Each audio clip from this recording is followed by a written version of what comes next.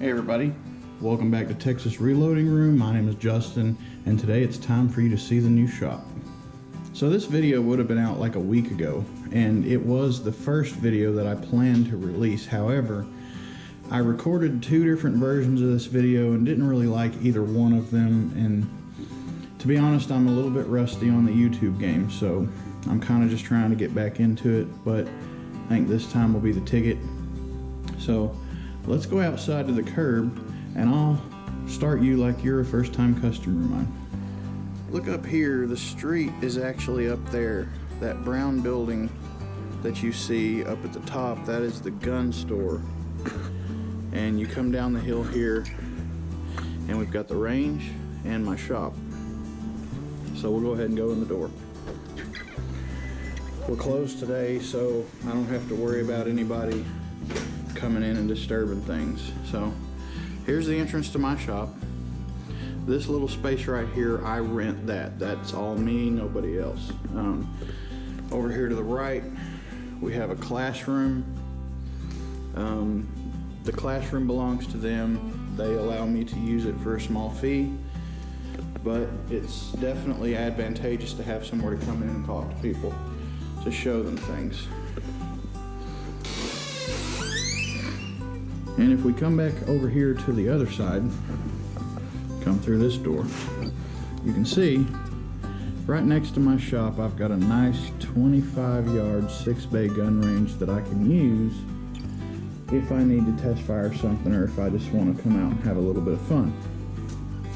But here is the actual shop. You can see my hours there. We're going to be taking some time for the holidays, but doesn't slow down business any.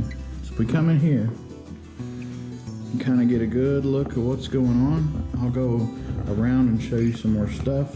First thing here, we've got my workbench. This is where I sit most of the time. This is where the money is made in this shop. Over here, this is an area that I don't use a whole lot. Some of you may recognize this as a workbench that I used to use. It kind of collects stuff in here for now. There's one of my surface plates for measuring flat surfaces. My 60 gun safe here from Canon. My bookcase and some chemicals and whatnot that I use down there. I love my books. I would not want to be without them. Here's my computer that I'm building up for CNC. Pretty much the computer I use for everything in this shop, but it's the most powerful rig I've ever owned. There's one of my toolboxes. This toolbox right now is getting reworked and things are getting consolidated into this toolbox over here. There's too much in here to show you in just a video. I'm trying to keep the time down to under 10 minutes or so.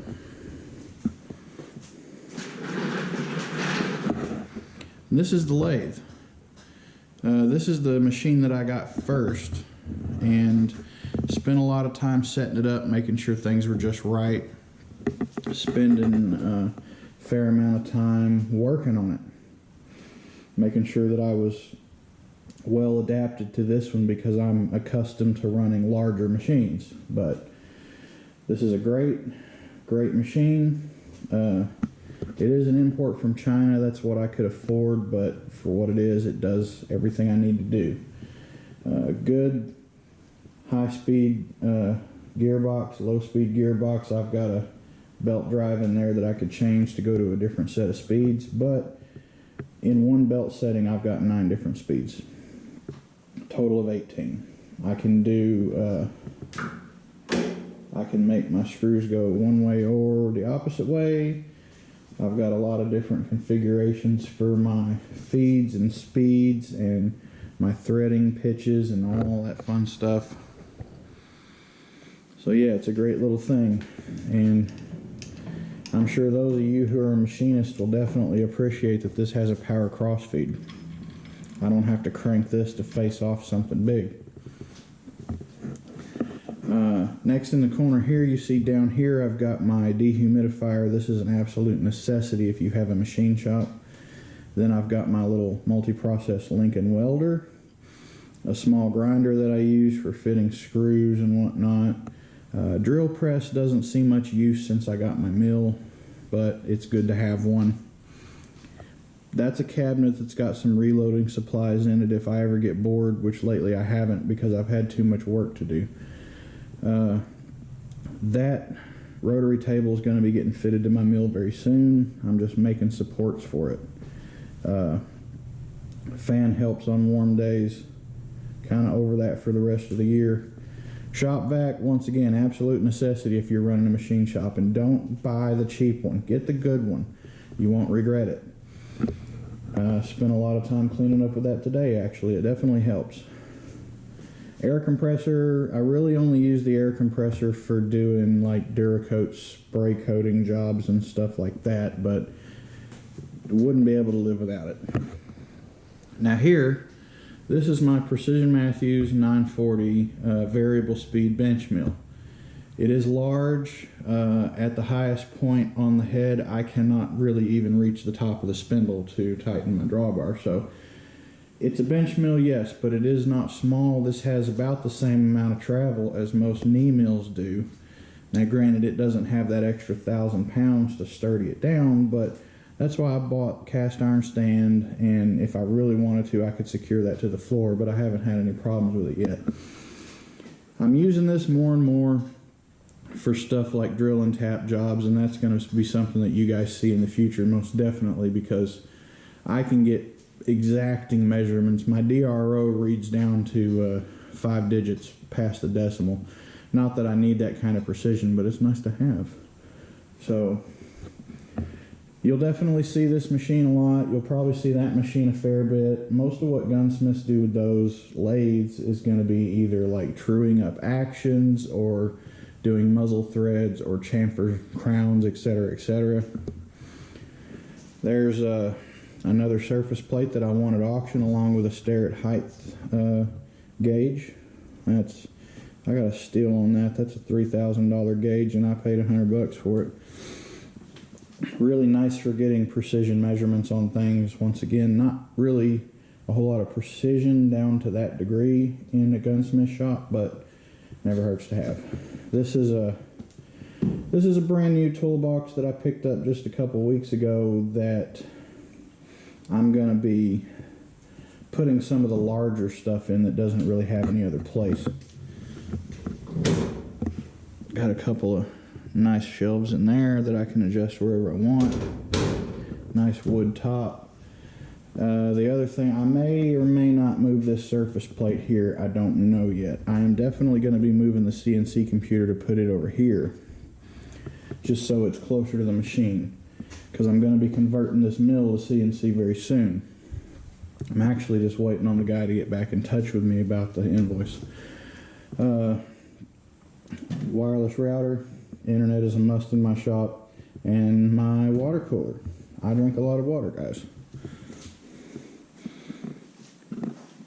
Now over here on the wall underneath my customer counter, you see these little sorting bins. These cost $2 a piece at Harbor Freight, and the cool thing about them is that they've got dovetails set up on all 4 sides, so basically you can just slide them all together and they'll lock together. You can put them on a countertop or you can hang them on a wall like I did. It's a very modular system, and the best part too is you don't have to take the assembly off the wall. If you want to reorganize things, you can just come over here and lift this out. Awesome stuff. So that's just kind of a short peek into my shop and how it's set up right now. I do stay quite busy in here. I'm open to the public 3 days a week. You may have seen on my door. Down here 4 or 5 days a week, sometimes 6 days a week, just catching up on things and making sure that people aren't waiting for me too long, because one of the biggest complaints in the gunsmithing world for consumers are that things take too long, and I don't want things to be taking too long. Honestly, if I can finish work within 2 weeks, as long as I don't have to wait on parts or anything like that, then you know, everybody's happy. I haven't had one single dissatisfied customer about the time that they had to wait, because I get things in and I get them out as quick as I possibly can. There's no reason to sit and wait on them. Plus, if I develop the habit of getting right to work on things when they come in, then I'm going to keep that habit and not have to worry about slacking off and taking too much time later on. So there is that.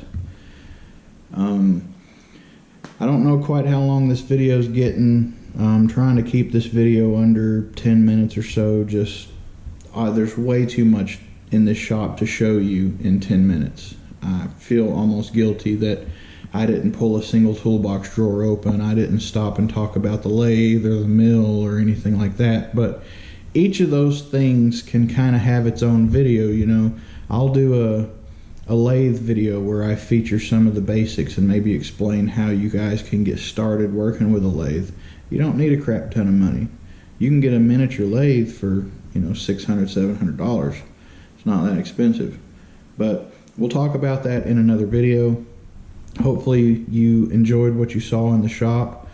This is my full-time job now, and you know, I wouldn't change anything. Honestly, I love doing this. So I try to get my gunsmithing work done as quickly as I can. That way I've got time to tinker around and play with all these toys that I've spent so much money on. But you know, my customers come first, and that's the way that it's got to be. If you're planning on being a gunsmith, your customers have to come first, and you need to give them all your top quality service. Okay, thank you so much for watching, guys. Like I said, hopefully you enjoyed the shop. My name is Justin, and I'll see you in the next video.